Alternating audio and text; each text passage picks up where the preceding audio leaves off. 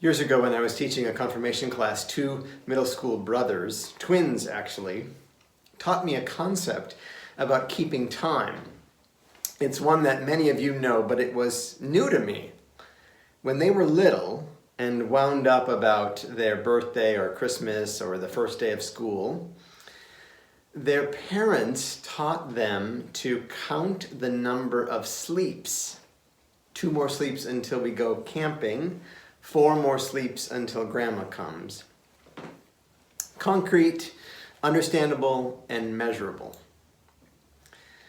Mark Spar, whom many of us know as the editor of our pre-recorded diocesan-wide liturgies, posted on Facebook on May 9th.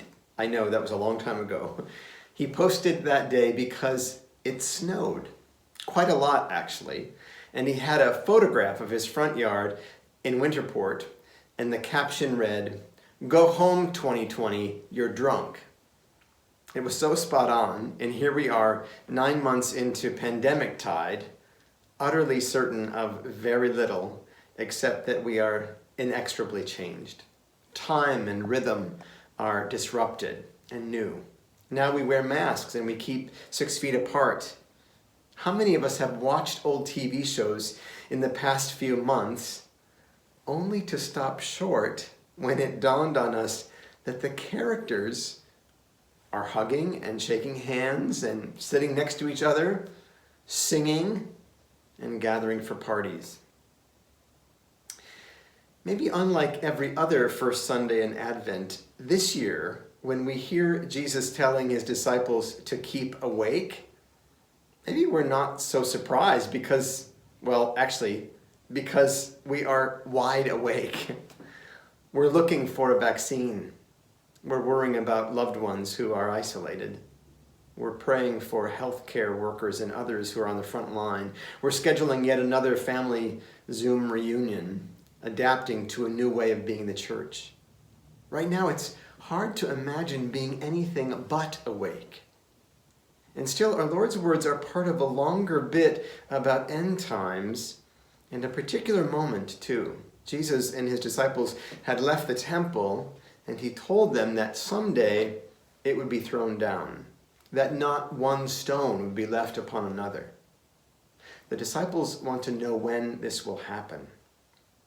They're confused and only slightly assured to know that someday the Son of Man will come to restore all things. No one knows, not even the Son, when this will occur, but take place it will. In the midst of all the turmoil of this year and very likely the year to come, God might be saying to you and to me, rely on me. If we can get a grip on the good news that God is already coming to us, already coming to take away our fear, to remind us that God is God and we are not, then the broken promises and broken hearts of 2020 become signs pointing us toward the truth of Jesus Christ, who says, keep awake. Tom and I have a tradition of lighting our Advent wreath as grace before supper. We sing the first stanza of O Come, O Come, Emmanuel. God will show us how to do so again this year, keeping us awake to see an end to sinful strife. It will be a season of smaller things than prior years. No big family gatherings, no Christmas open house.